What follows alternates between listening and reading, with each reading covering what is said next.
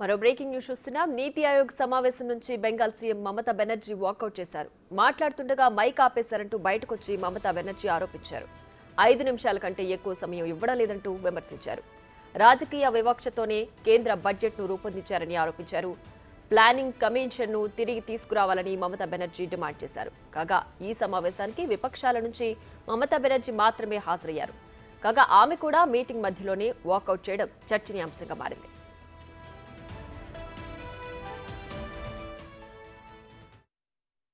12 minute बोलने दिया, मेरे को बोलने का 5 मिनट होने का नाते स्टॉप कर दिया. I said this is unfair.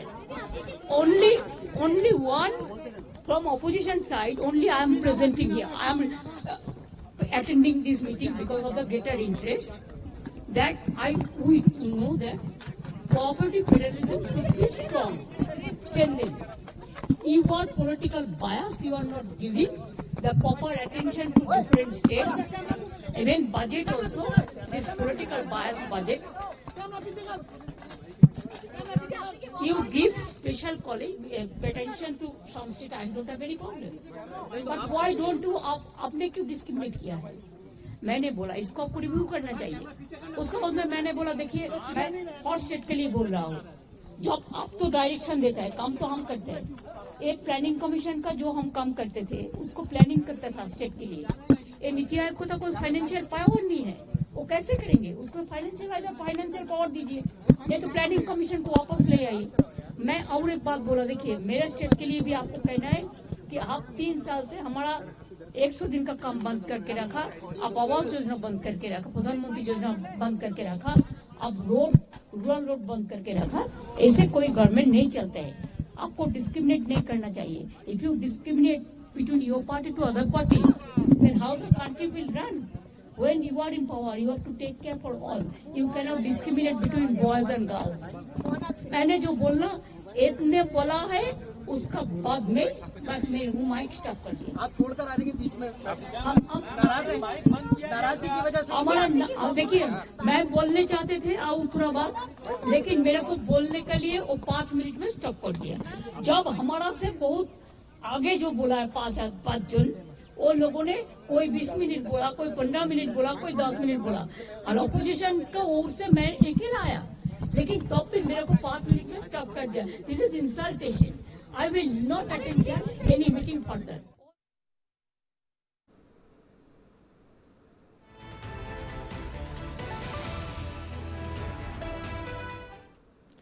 ఇక మరింత సమాచారం మా ప్రతినిధి శివ ఢిల్లీ నుంచి లైవ్ లో అందించడానికి సిద్ధంగా ఉన్నారు. శివ చెప్పండి, మమతా బెనర్జీ ప్రతిపక్షం నుంచి హాజరైన ఏకైక వ్యక్తి, ఆమెను కూడా మాట్లాడనివ్వకుండా మైక్ కట్ చేశారంటూ బయటకు వచ్చి ఆవిడ ఆరోపిస్తున్నారు. సో పూర్తి డీటెయిల్స్ ఏంటి?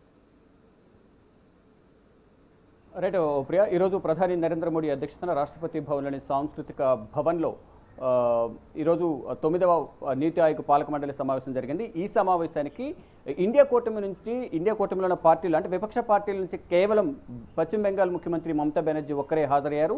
ఇక మిగతా పార్టీలకు సంబంధించి మిగతా రాష్ట్రాలకు సంబంధించి కాంగ్రెస్ పాలిత రాష్ట్రాలకు సంబంధించి 3 ముఖ్యమంత్రులు, మరోవైపు ఇతర రాష్ట్రాలకు సంబంధించి కేరళ, పశ్చిమ బెంగాల్, పుదుచ్చేరి, అలాగే పంజాబ్, అలాగే ఢిల్లీకి సంబంధించి కూడా ఆల్రెడీ తిహార్ జైల్లో ఉన్న నేపథ్యంలో ఆ పార్టీ నుంచి ఈ సమావేశానికి దూరంగా ఉన్నారు. కేవలం ఎన్డీఏ కూటమిలో ఉన్న ముఖ్యమంత్రులు అలాగే బీజేపీ పాలిత రాష్ట్రాల ముఖ్యమంత్రులు మాత్రమే ఈ సమావేశానికి ప్రధాని నరేంద్ర మోడీ అధ్యక్షతన జరుగుతున్న సమావేశానికి హాజరయ్యారు.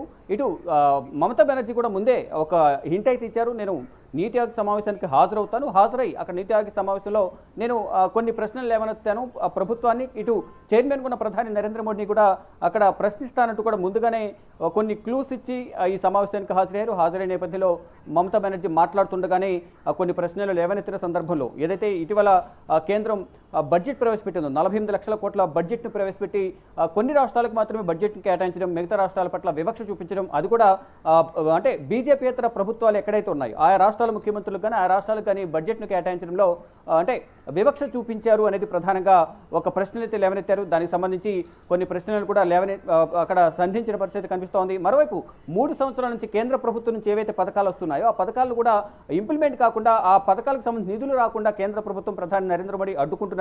ఈ నేపథ్యంలోనే ఏదైతే నీతి ఆయోగ్ అనేది ఏదైతే ఉందో అది తప్పించి ప్లానింగ్ కమిషన్ను మళ్ళా తిరిగి తీసుకురావాలి అనే ప్రధాన ఎజెండాగా మమతా బెనర్జీ కొన్ని ప్రశ్నలను సంధించారు. దానికి సంబంధించి ప్రశ్నించిన సందర్భంలో మాట్లాడుతున్న సందర్భంలోనే మమతా బెనర్జీ మైక్ను కట్ చేశారనేది ప్రధానంగా ఒక ఆరోపణ అయితే మమతా బెనర్జీ చేస్తున్నారు. ఈ నేపథ్యంలోనే ఈ నీతి ఆయోగ్ సమావేశాన్ని వాకౌట్ చేస్తున్నట్లుగా బహిష్కరించినట్లుగా చెప్పారు. బయటకు వచ్చిన తర్వాత మీడియాతో మాట్లాడుతూ నీతి ఆయోగ్ సమావేశాన్ని నేను బహిష్కరించాను, వాకౌట్ చేస్తున్నాను. అక్కడ ప్రతిపక్షాలకు సంబంధించిన ఒకే ఒక్క సీఎంను నేను హాజరయ్యాను, కానీ నాకు మాట్లాడేందుకు అవకాశం ఇవ్వలేదు అనేది మమతా బెనర్జీ అయితే ఇటు ప్లానింగ్ కమిషన్ తిరిగి తీసుకురావాలంటూ కూడా ఒక డిమాండ్ అయితే ఉంచారు. మరోవైపు ఏదైతే ఈ నీతి ఆయోగ్ సమావేశానికి సంబంధించి రాష్ట్ర కేంద్ర ప్రభుత్వాల మధ్య సమన్వయం కోసం ఈ సమావేశం అనేది ఉంటుంది. ఆ రాష్ట్రాలకు కేంద్ర ప్రభుత్వం సహకరించాల్సి ఉంటుంది, సహాయ సహకారాలు అందించుకుంటూ ముందుకు వెళ్లాల్సి ఉంటుంది.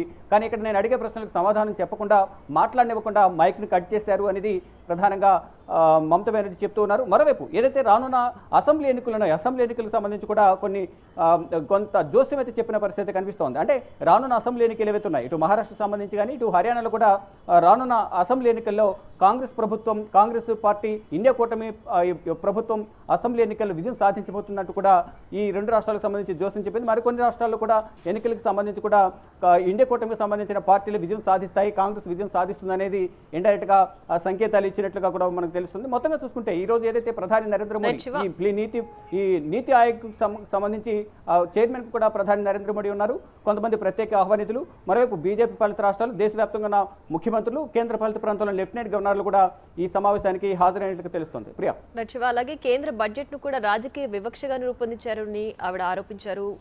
మరోవైపు ప్రతిపక్ష పార్టీని అసలు గొంతు నొక్కే ప్రయత్నం చేశారంటూ కూడా ఆవిడ ఆరోపించారు. సో ఆమె వ్యాఖ్యలను చూసి నిజంగానే ప్రతిపక్షానికి ఛాన్స్ ఇవ్వలేదని అనుకోవచ్చా?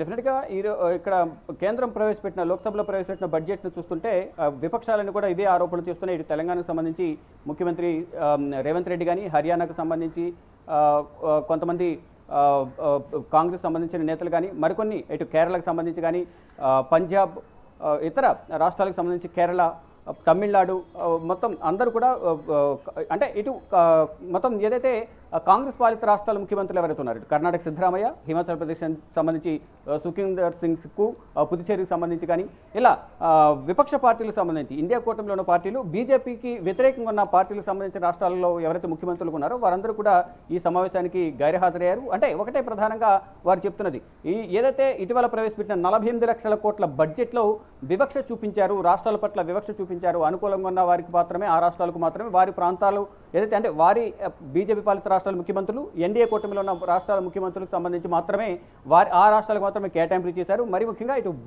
బీహార్ అలాగే ఆంధ్రప్రదేశ్ ఈ రెండు రాష్ట్రాలకు అధిక కేటాయింపులు చేశారు. మిగతా రాష్ట్రాలు కూడా కొంతమేర వారికి అనుకూలంగా ఈ బడ్జెట్ కేటాయింపులు ఉన్నాయి. కానీ విపక్ష పార్టీలకు సంబంధించిన, ఇండియా కూటమికి సంబంధించిన పార్టీల ముఖ్యమంత్రులు ఎవరైతే ఉన్నారో, రాష్ట్రాల్లో ముఖ్యమంత్రులు ఎవరైతే ఉన్నారో ఆ రాష్ట్రాలకు కేంద్రంలో బడ్జెట్ ప్రకటించకుండా, కేటాయించకుండా వివక్ష చూపించారు అనేది ప్రధానంగా ఆరోపిస్తున్నారు. దానిలో భాగంగానే ఇటు కాంగ్రెస్ పాలిత రాష్ట్రాల ముఖ్యమంత్రులు కానీ, ఇండియా కూటమిలో ఉన్న రాష్ట్రాల ముఖ్యమంత్రులు వీరందరూ కూడా ఈరోజు జరిగిన నీతి ఆయోగ్ 9వ పాలక మండలి సమావేశానికి గైర్హాజరయ్యారు.